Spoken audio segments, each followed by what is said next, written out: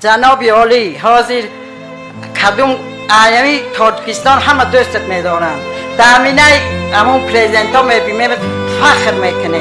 میگن بینشه ای همه خشتویتا ای همه وزیتا ای همه تدبلنتا ای همه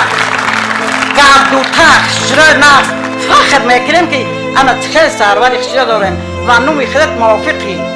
امام علی رحمان نومت موافق خودت دارتی هست خدوم یک خدمت ها چرا بگیم هفت روز گم یک سخنی من کم قلم عاجزی میکنه برام کارای شما این کارای شما در این 30 سال کرده یکان کس نکرده ای همه صلح وحدت دوستی